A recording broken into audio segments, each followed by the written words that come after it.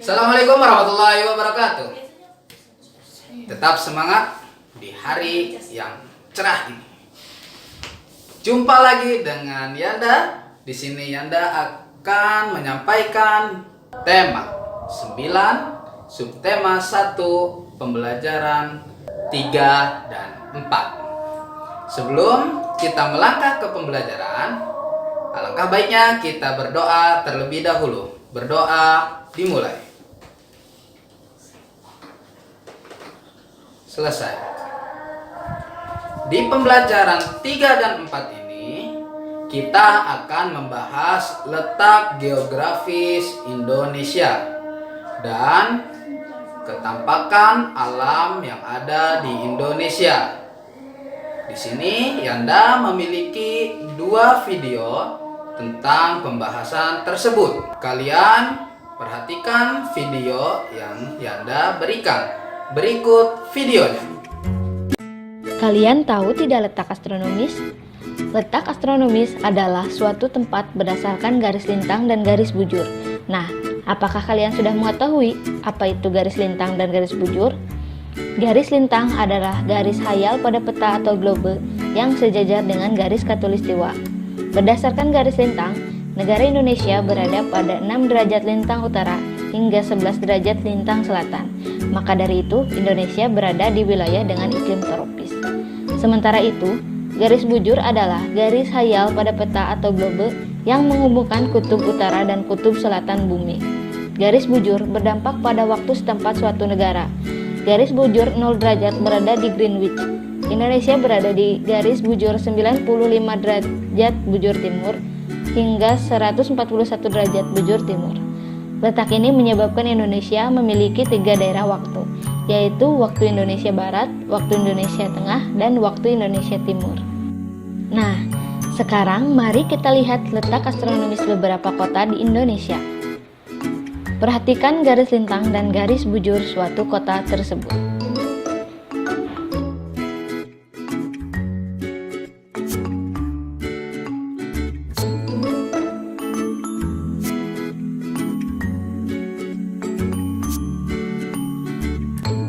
Apakah tempat tinggal kalian berada pada salah satu kota tersebut? Berapa garis lintang dan garis bujurnya? Indonesia memiliki keberagaman yang sangat banyak. Baik dari suku, agama, bahasa, dan masih banyak hal lainnya yang ada di Indonesia. Hal ini membuat sekolah yang ada di Indonesia memiliki banyak keanekaragaman dalam komunitas yang sangat kecil. Sebagai contoh, dalam kelas terdapat bermacam suku dan latar belakang keluarga yang berbeda-beda. Hal ini membuat persatuan sangat penting dan dibutuhkan dalam lingkungan sekolah. Bayangkan saja, jika di dalam sekolah tidak ada yang namanya persatuan, maka sekolah itu hanya akan ada perkelahian dan rasa ingin menang sendiri dalam suatu kelompok. Benar bukan? Seperti kita ketahui, manusia jelas tidak mampu memenuhi segala kebutuhannya sendiri. Untuk itu, sesama manusia hendaknya saling rukun agar bisa melengkapi satu sama lain. Kerukunan tersebut bisa tercermin dari kekompakan sesama manusia dalam menjaga persatuan dan kesatuan dalam berbagai aspek. Perilaku yang mencerminkan perwujudan kesatuan dan kesatuan dalam bermasyarakat, misalnya bergaul dengan sesama warga masyarakat, tidak membeda-bedakan suku, agama, ras, ataupun aliran. Kemudian, saling tanggung jawab dalam membersihkan lingkungan dengan mengadakan kerja bakti di lingkungan. Nah, pernahkah kalian mengikuti kerja bakti? Iklan merupakan sebuah informasi yang tujuannya untuk mendorong, membujuk, atau memberikan pengaruh kepada halayak ramai atau banyak orang agar tertarik kepada barang atau jasa yang ditawarkan. Iklan juga bisa berupa pengumuman yang berisi informasi produk dan disebarkan kepada halayak ramai. Agar suatu informasi dapat dikatakan sebagai iklan, maka harus memenuhi beberapa syarat-syarat iklan. Di antaranya, 1. Iklan harus bersifat objektif dan jujur. 2. Jelas dan mudah dipahami. 3. Menarik perhatian banyak orang. 4. Tidak mengandung sara dan menyinggung pihak lain. Ada beberapa jenis iklan, salah satunya iklan komersial. Iklan komersial merupakan iklan yang menawarkan suatu produk. Dilihat dari iklan tersebut, ada beberapa syarat dari sebuah iklan. Yang pertama, ada nama produk. Kedua, ada gambar produk. ketiga, kalimat yang menarik. Keempat, logo atau nama perusahaan yang membuat iklan tersebut. Selanjutnya, ada iklan layanan masyarakat.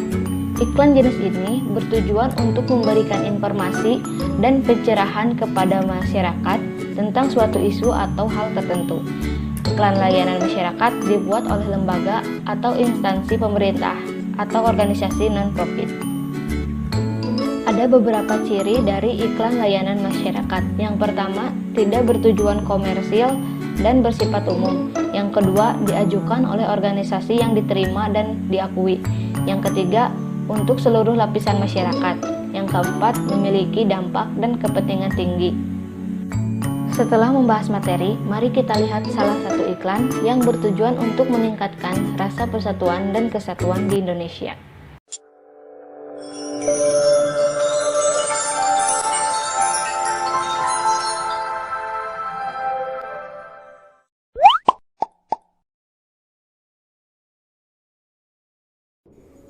Negara Indonesia merupakan negara kepulauan yang kaya akan sumber daya alam sekaligus kaya akan keberagaman suku bangsa. Di antaranya ada suku Minangkabau, suku Betawi, suku Wamena, dan masih banyak lagi. Hal ini menjadikan Indonesia sebagai negara kesatuan. Namun nyatanya, masih banyak perseteruan yang timbul akibat perbedaan. Di kota pun masih terdapat rasisme. Tidak jarang, pemicunya disebabkan karena hal sepele seperti ejek-ejekan. Mana lo Bal, dasar hitam. Kurang ajar lo Bil, dasar albino. Enak aja lo ngajak ribut. Ngaca, lo duluan yang mulai. Papua. Lu Batak.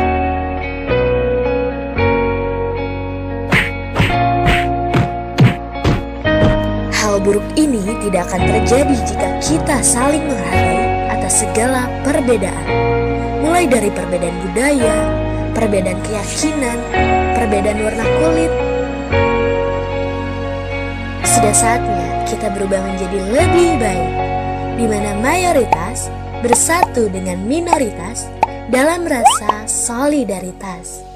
Dimulai dari diri sendiri, lalu membiasakannya pada orang lain. Karena perbedaan itu adalah alasan untuk bersatu. Mari saling menghormati dan menghargai, karena kita adalah Bhinneka Tunggal Ika. Berbeda-beda tetapi tetap satu jua. Wilayah Indonesia terdiri dari kenampakan alam yang beragam. Kenampakan alam adalah segala hasil peristiwa alam yang tampak di permukaan bumi.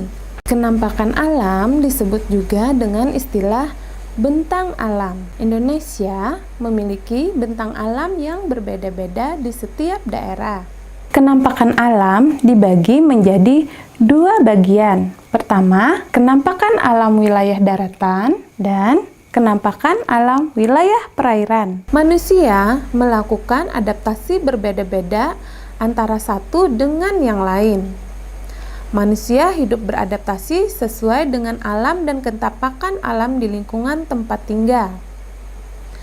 Adaptasi yang dilakukan meliputi jenis mata pencaharian utama, makanan, bentuk tempat tinggal, pakaian yang dikenakan, peralatan rumah tangga, dan teknologi. Daratan adalah tempat kita berpijak. Bentuk kenampakan alam berupa daratan bermacam-macam. Contohnya, pegunungan. Pegunungan bagian daratan yang bergunung-gunung. Tingginya lebih dari 700 meter di atas permukaan laut. Gunung. Gunung adalah suatu bukit besar yang memiliki lembah, lereng, dan puncak. Gunung pada umumnya memiliki ketinggian lebih dari 600 meter di atas permukaan laut. Ada dua macam gunung, gunung berapi dan gunung tidak berapi. Gunung tidak berapi dimanfaatkan untuk kegiatan perkebunan, suaka marga satwa, dan tempat rekreasi. Dataran tinggi. Dataran tinggi adalah daratan luas yang memiliki ketinggian 200 sampai 600 meter di atas permukaan laut. Dataran tinggi biasanya memiliki udara yang sejuk, sehingga dimanfaatkan sebagai tempat peristirahatan dan tempat wisata. Selain itu, dataran tinggi juga dimanfaatkan untuk kegiatan perkebunan teh. Dataran rendah adalah hamparan tanah luas yang memiliki ketinggian 0 sampai 200 meter di atas permukaan laut. Dataran rendah biasanya dimanfaatkan sebagai pusat kegiatan masyarakat. Dataran rendah juga dimanfaatkan sebagai lahan pertanian, perkebunan, dan perindustrian. Pantai adalah dataran yang berbatasan langsung dengan lautan. Pantai memiliki tanah yang landai dan berupa pasir. Akan tetapi, ada juga pantai berupa tebing terjal dan curam. Pantai biasanya dimanfaatkan sebagai objek wisata, tambak garam, pemukiman nelayan, atau pelabuhan. Selanjutnya, perairan adalah bagian permukaan bumi yang tergenang oleh air. Contohnya adalah laut. Laut adalah kumpulan air asin yang memisahkan daratan yang satu dengan lainnya. Pulau-pulau di Indonesia dikelilingi oleh laut yang luas. Terdapat juga laut sempit di antara dua pulau yang disebut selat. Misalnya, Selat Sunda yang berada di antara Pulau Jawa dan Pulau Sumatera. Laut dimanfaatkan oleh manusia sebagai tempat mencari ikan, olahraga air, serta sarana transportasi antar pulau.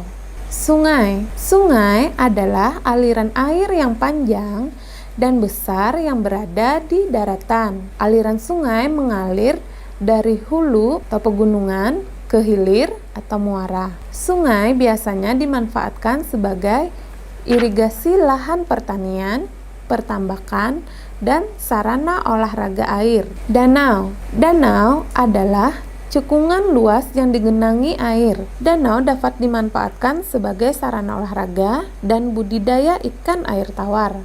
Nah, bagaimana adik-adik tentang videonya? Semoga kalian dapat memahami maksud dari letak geografis Indonesia dan ketampakan alam di Indonesia. Untuk tugas hari ini, kalian buka buku MBP-nya, tema 9, halaman 41, level 1 pilihan ganda, nomor 1 sampai 20. Di halaman 41, level 1 pilihan ganda nomor 1 sampai 20. Kalian kerjakan tugas ini di hari ini juga agar tugas kalian tidak menumpuk banyak. Jika tugas kalian sudah selesai, kalian fotokan hasil tugasnya dan kirim ke Yanda atau Bunda sesuai kelompok kalian. Demikian pembelajaran hari ini. Kurang lebihnya Yanda mohon maaf. Billahi taufiq wal hidayah. Wassalamualaikum warahmatullahi wabarakatuh.